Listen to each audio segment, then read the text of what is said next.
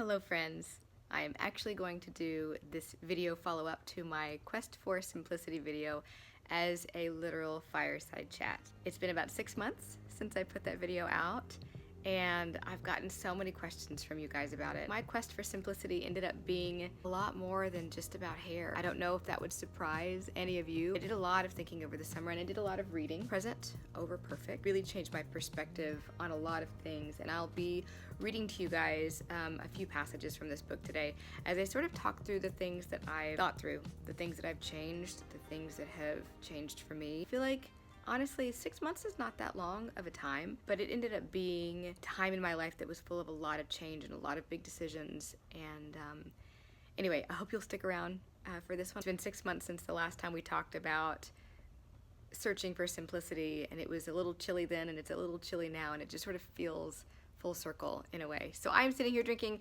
hot chocolate in my long deceased grandma's favorite mug by my fireplace. And I've got some products and some ideas and some things to talk with you about, and I'm really excited. So let's get started. The first thing that I wanted to touch on is about acceptance, and that's so much easier said than done. When I was about 6 months ago talking about this quest for simplicity, I was really after trying to find a way to not care so much what my hair looked like. In the beginning of my journey back in 2016, when I posted a lot of videos about layering products, and it was such a period of trying to control my hair because I felt like I never could control it before. And I can't say that I did the wrong thing. I don't know if I would have or could have done it any differently than I did back then. My hair was in a very different place. My hair was a very different length. When it comes down to it, it's just about acceptance now. My hair is very healthy. I like to keep it shorter. That's one other way I've simplified. But it's just about accepting the way it looks that day, and honestly, looking in the mirror a whole lot less. My expectations of what my hair should look like that day are a lot lower than they used to be. In my wavy bob demo that I put out recently, I talked a lot about just letting it be weird. That's what I want it to be. I have found a cut that flatters my hair even on its not great days. On its worst day, it doesn't look horrible, and if it does, I put it in a ponytail, a very small, very sad little ponytail. I've really let go a lot of taking to heart what I think other people think about me. Because the truth is, what other people think about me is really none of my business. For a long time, especially working in corporate America, I cared so much what everybody else thought about me. I care a lot less now than I used to. I don't know, I've let it go. I want to read you a quick passage from this book. It talks a lot about perfection because, as I said in my original Quest for Simplicity video, I am a recovering perfectionist. I think that will always be a battle that I fight. It was so nice to read a book written by someone who's been there, who's done that. The ache for perfection keeps us isolated and exhausted. We keep people at arm's length, and we keep hustling, trying to reach some sort of ideal that never comes. I tried for a very long time in my life to be perfect, somebody else's idea of perfect.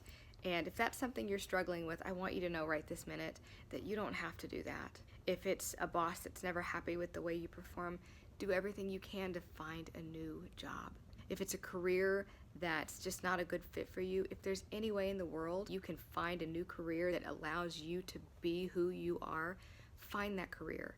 If we only get one life on this earth, enjoy the life that you have. You don't have to be perfect. Before I get too deep and woo-woo out there, I do want to talk about hair because that's what started this whole journey for me. A big part of it was letting go of layering products, and I feel like that's honestly the best way to go. I recently was in Portland and I met with Atoya Bass, who is a diva stylist there, and I met Lorraine Massey, who's Lorraine Massey, and all my wildest dreams came true. I can't even put into words what it meant to me to be able to meet a couple of people who I really feel like helped me set my life on a new course and given me a new sense of direction and helped me feel confident in that. If you want to hear more about that, I have some things on Instagram posted about my trip, and would love to share that with you. But I mentioned to someone I was talking to while I was there that I really was trying to move in the direction of single product styling, and Lorraine overheard me and came over and said, "Oh, that's wonderful, that's really great." And it made me think a lot about her book and about what her intentions were when she wrote Curly Girl, the Handbook.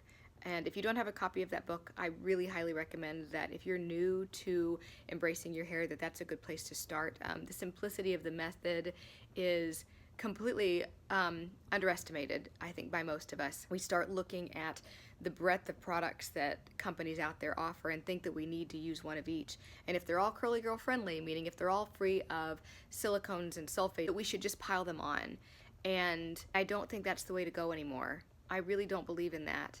I do believe that your hair can get healthier without layering a leave-in, an enhancer, a cream, and a gel, and more, and hairspray, and everything else. That's where I am right now. And so I've got 2 sets of products that I'm going to talk about. I will do another video later on where I talk about single product stylers that are my favorite, because I do think that single product styling is the way to go. Leave-in doesn't count, so in that case it'd be 2 product styling. But I really feel like less is more. And that is the crux of this entire video, is that less is more. I read somewhere that the fewer decisions you have to make, the more confident you will be in the decisions that you do make. It might have been in this book, actually. But I really took that to heart, and I thought, you know what? I'm gonna make fewer decisions in a day. So one of those things that I make fewer decisions about are the products that I'm going to use. Over the last 6 months, I have really pared it down, and there are a handful, I think maybe 6 styling products that I truly love, and that's it. Bounce Curl Clarifying Shampoo, their one and only conditioner they offer, their light cream gel. I use this to style with on day 1. I use it to refresh with if I do anything. The other that I love is the Devacurl Low-Poo Delight and their One Condition Delight and their Light Defining Gel. These are my favorites. I don't use a separate leave-in conditioner for these. When I use the Bounce Curl Light Cream Gel, I use just a dot of their conditioner. When I use the Light Defining Gel by Devacurl, I use just a dot of the One Condition Delight as my leave-in. Works great. It minimizes the products that are in my shower. It minimizes my drying time. My life is easier when I style with one product. The other thing I want to say about these 2 gels is that, especially this one, I feel like these are nourishing products. I know you guys are always curious about what drugstore products I like and do I recommend them and which ones can I recommend. And you know, I've tried a lot. I've tried the LA Looks Blue Gel. I've tried Aussie Instant Freeze. I think they're fine, but fine is like 3 stars out of 5. I'm gonna give them a fine. They're fine. For the value though, they don't do it for me.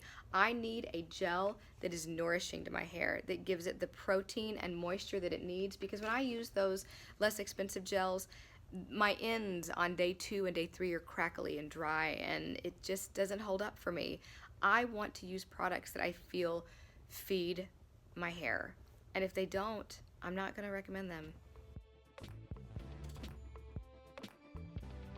You're probably wondering, what exactly does my routine look like? And if you watch my wavy bob demo, that is exactly what I'm doing right now. I also have to say that cutting my hair short, continuing to cut it until there are, incredibly short layers, but I do honestly believe that maintaining a short wavy bob hairstyle is where it's at. It's less detangling, it's less product, it's shorter drying time, it's just everything is easier. Good enough is the key word for me at this point in my hair journey. Investing in styling techniques matters just as much as the products you choose, possibly even more. Squish to condition, diffusing for me, I know that's not for everybody, clipping my roots, the overnight protective measures that I go to maintain my style so that I don't have to wash but every 3 or 4 days, Medusa clipping.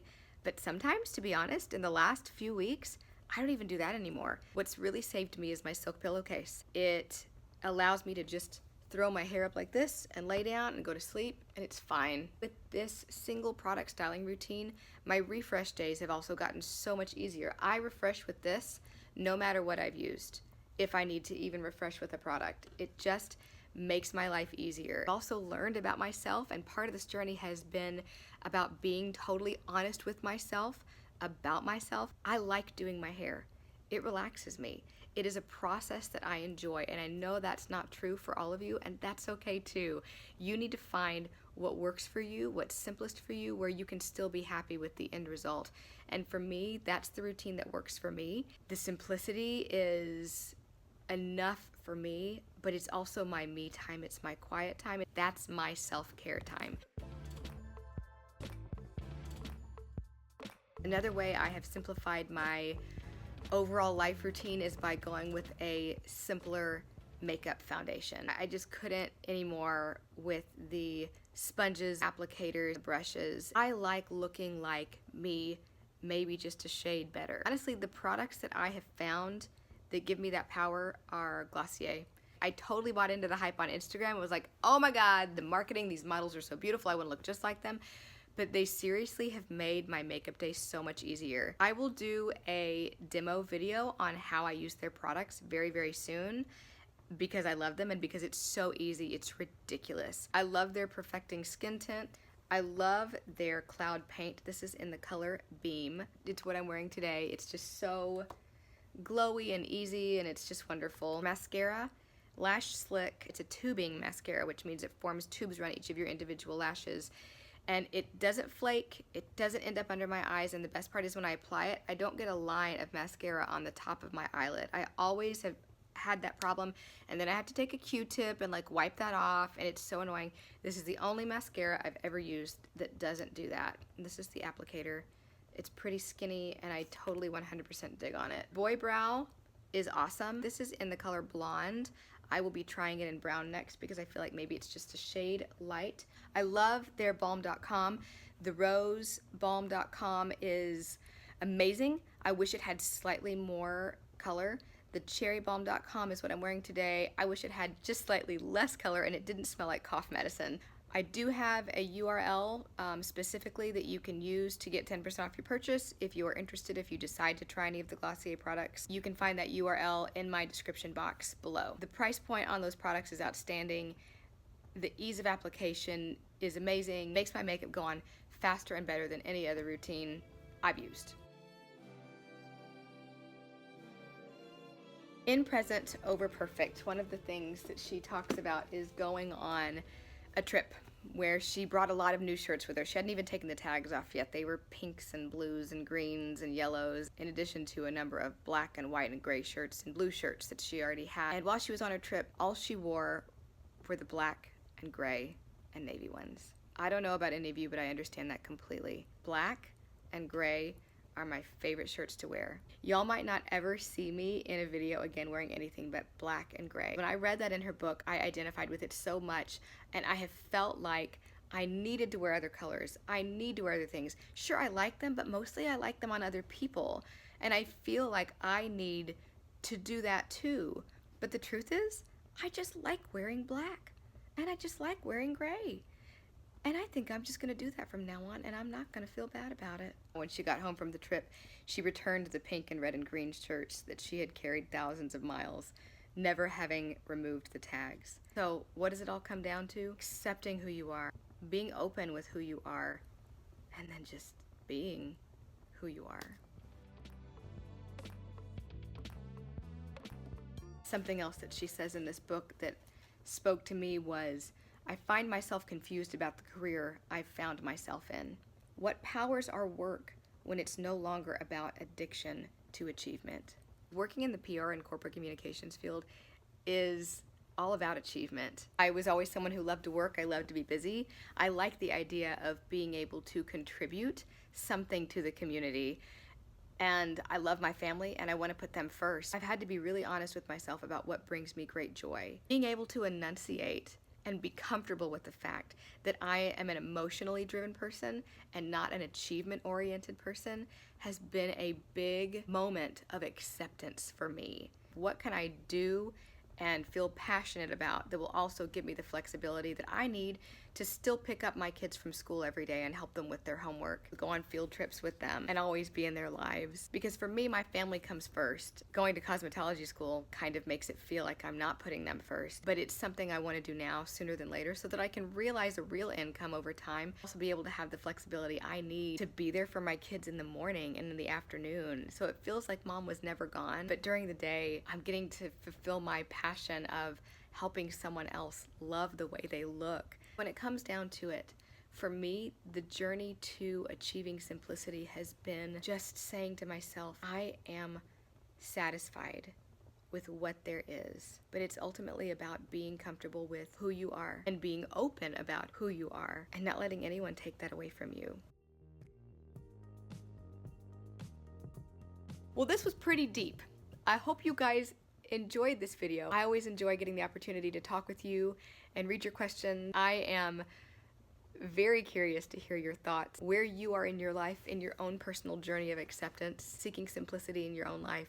I hope that's something that you are looking for. Again, I cannot recommend this book highly enough.